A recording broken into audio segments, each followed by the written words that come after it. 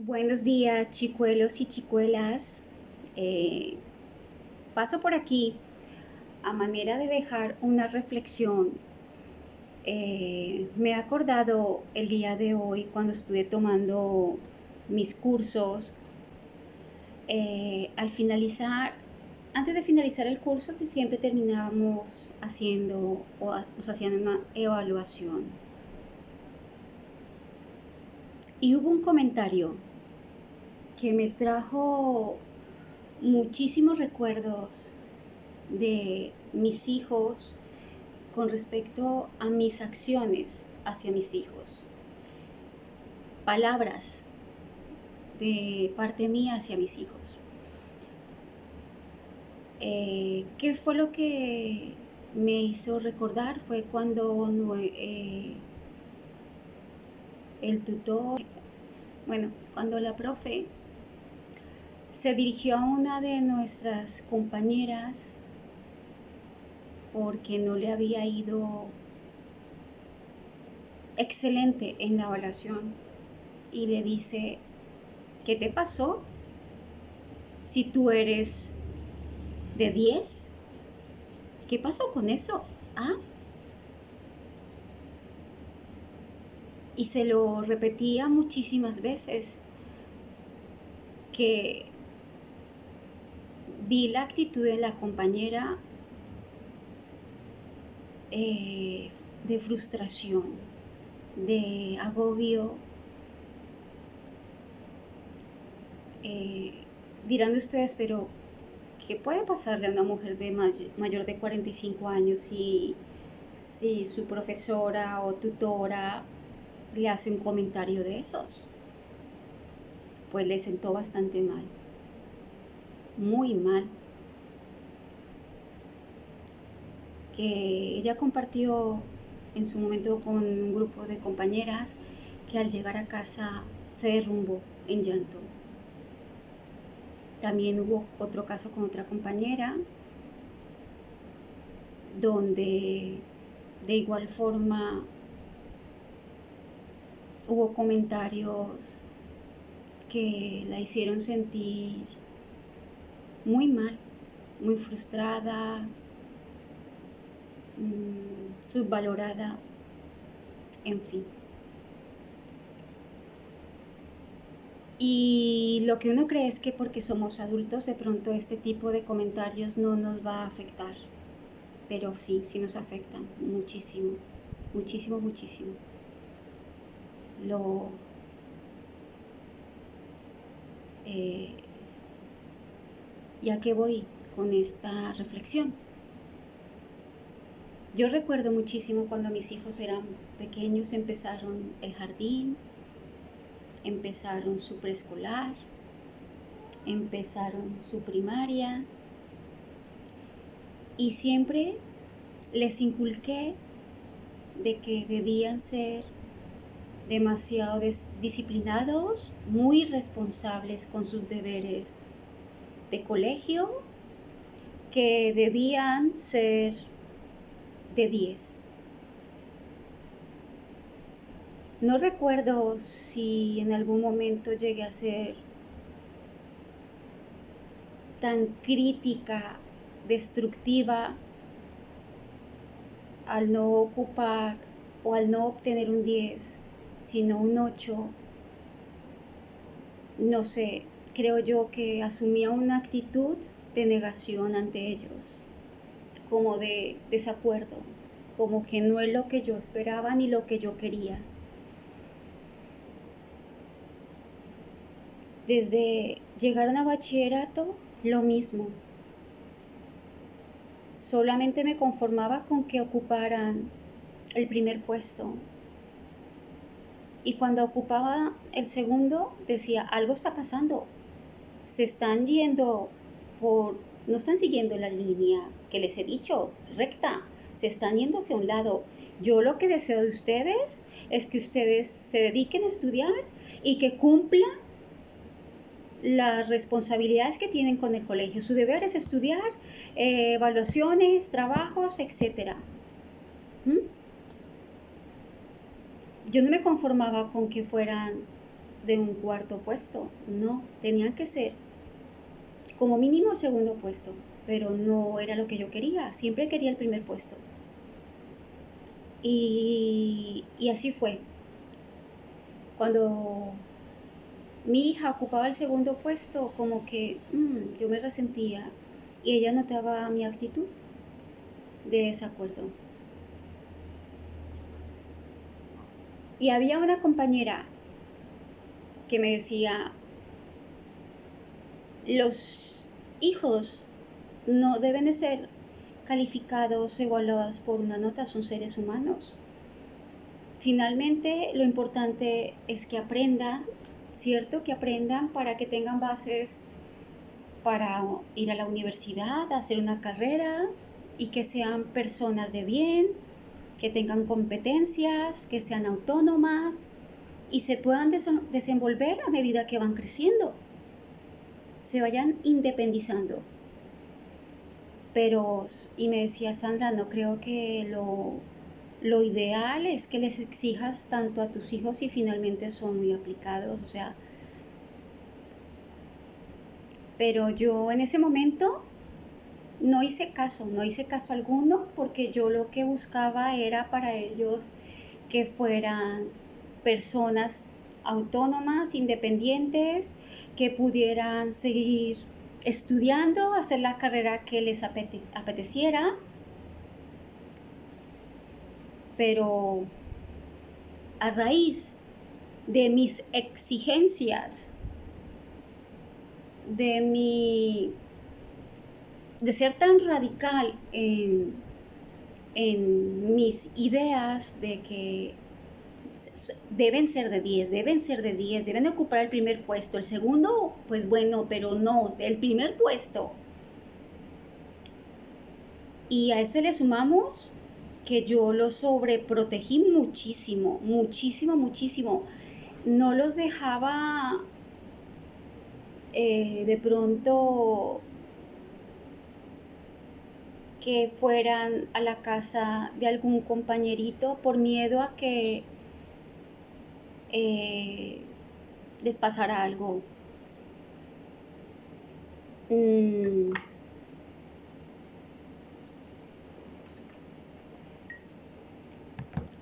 Y si los dejaba ir, por ejemplo, con mi hija, que estando yo aquí ya residiendo aquí en Valencia, ellos duraron 1 año y medio viviendo en casa con mi mami y con mi hermana Marisol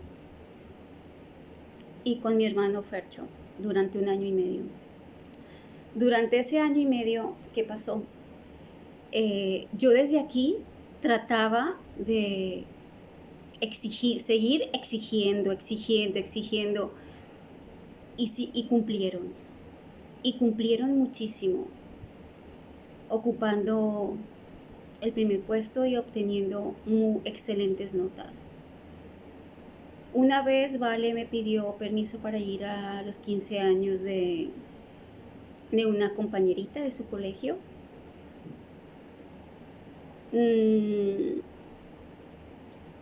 Me lo rogaba, déjame ir, y finalmente accedí a que fuera.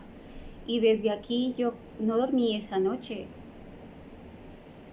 hasta que descansé, hasta que me escribió mi hija, ya siendo aquí, estaba amaneciendo, me escribió mi hija para decirme de que ya estaba en casa. Por supuesto, ya estaba agotada mi hija y yo, al hablarme de una manera extraña de cansancio, yo lo asumí que era que estaba con tragos. Y empecé a decirle, ¿tú estás tomada, Valentina? Que no, ma, que no, estoy cansada. Y dudé de que estuviera cansada y se me quedó grabado en la mente, era que sí había tomado alcohol. Pero finalmente no tomó alcohol porque mi madre fue quien le abrió la puerta y ella estaba bien. Entonces, tenemos varios factores el exigir que fueran el número 1 y tenían que ser de 10. 2. La sobreprotección. 3. El no creer y no dejar que vivieran algunas cosas que necesitaban vivir en su momento. Y el ser madre y padre a la vez, pues obviamente no podía darles ese tiempo de amor, de calidad. Siempre estaba estresada, mantenía de muy mal genio. Nada para mí estaba bien. Andaba en un agotamiento mental, emocional y físico. Y muchas veces me desquitaba con ellos. También es cierto que estaban en una edad en donde poco hacían caso de colaborar en casa y eso. Yo cuando llegaba a casa rendida del trabajo, pues veía todo hecho un desorden y me enloquecía gritando. Así que todos esos planes que tenían o que yo tenía para ellos, de que yo iba a trabajar como una mula, tan pronto llegara a España para poder pagar los tiquetes, pagar la reagrupación, toda una cantidad de trámites burocráticos y judiciales en Bogotá, y lo que acarreaba pagar los pasajes de mis hijos. Y con toda la motivación, no me importó. Trabajé, como les digo, como una mula. Y porque quería para ellos un bienestar y una mejor calidad de vida, sabiendo que habían acá en España muchas más posibilidades que ellos podían aprovechar y podían acceder a la universidad pública o podían hacer un grado medio o un grado superior. Lo que hicimos fue homologar la ESO, es decir, hicieron hasta 10º, homologué la ESO de ellos dos y ya podían hacer una formación de grado medio que dura 2 años y podían empezar a trabajar, o si querían podían seguir haciendo un grado superior. Un ejemplo, auxiliar de enfermería, grado medio, grado superior, ya enfermera jefe, y ya universidad, pues medicina. Un ejemplo así, como el paso a paso de las formaciones. Pero todos esos planes que yo tenía para ellos no fueron así,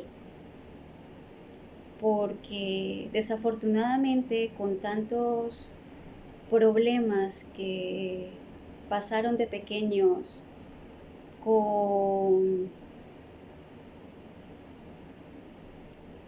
además de lo que les conté de ser el número 10, la sobreprotección, la falta de tener un padre al lado, la falta de tiempo por mi parte para dedicarles un tiempo agradable, no lo hubo. Al llegar aquí lo que se creó en ellos fue una gran frustración. Vinieron terribles problemas de salud mental y todos esos planes que yo tenía para ellos pues se estancaron y ahora ellos están en tratamientos por sus problemas, sus enfermedades de salud mental. Ellos llegaron aquí en diciembre del 2025, diciembre del 2020. Y desde mitad de año del 2021, o un poco antes, ¿sí?, empecé a notar situaciones bastante complicadas en los dos. Y otro error que comete uno muchísimo también era el tema de compararlos. Cada uno en su momento, en su niñez o cuando iban creciendo, tenían más facilidad para unas cosas y el otro para otras cosas.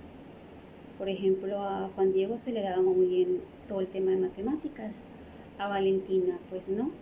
Ella más bien era el tema como de biología, de ciencias naturales, por ese lado. Y yo siempre le decía, en lugar de estar pensando en otras cosas cuando vienes en la ruta, ¿por qué no te pones a hacer ejercicios de agilidad mental? Miras las placas de los vehículos cuando estábamos viviendo en Bogotá y vas sumando y eso te va a dar una agilidad mental. Y se lo decía todos los días, te falta agilidad mental, te falta agilidad mental. Debes empezar a ir sumando en tu cabeza, pero te falta eso. En cambio, tu hermano es mucho más ágil para las matemáticas y él se crecía. Claro, Valentina, es que usted es una tonta, que no sé qué, error. No hay que comparar tampoco a los hijos, y menos estando ellos dos juntos. Por eso he querido hacer esta reflexión a los que están en este momento criando pequeñitos. Porque desde pequeñitos hay que darles una buena calidad de vida en el sentido de amor, de ir soltándolos un poco a poco, darles un poquito de que no sientan esa presión de que siempre tienen que estar sobreprotegidos, o si no puede ser que si los sueltas un poquito van a cometer algún error. Esas exigencias del colegio tampoco son buenas. Finalmente son seres humanos y ellos no están representados por una nota, por una calificación. No. ¿Que tienen que hacer un proceso educativo? Sí. ¿Que tienen que cumplir con unas responsabilidades? También. Eso sí. Pero no machacarlos con que tienen que ser el número 10 y ocupar el primer puesto. Porque pues al final de todo esto, yo lo que quería para ellos, que hicieran una carrera, que fueran independientes, que no se frustraran con lo más mínimo, que fueran personas autónomas. Todo eso que yo quería, no lo hay. No lo hay. Son niños aún. Aunque van a cumplir 20 años, mis mellizos, podríamos decir que aún son niños. Claro que sí, son niños, no han vivido. Y lo que han vivido ha sido experiencias negativas, que los ha llevado, como les digo, a enfermedades de salud mental graves.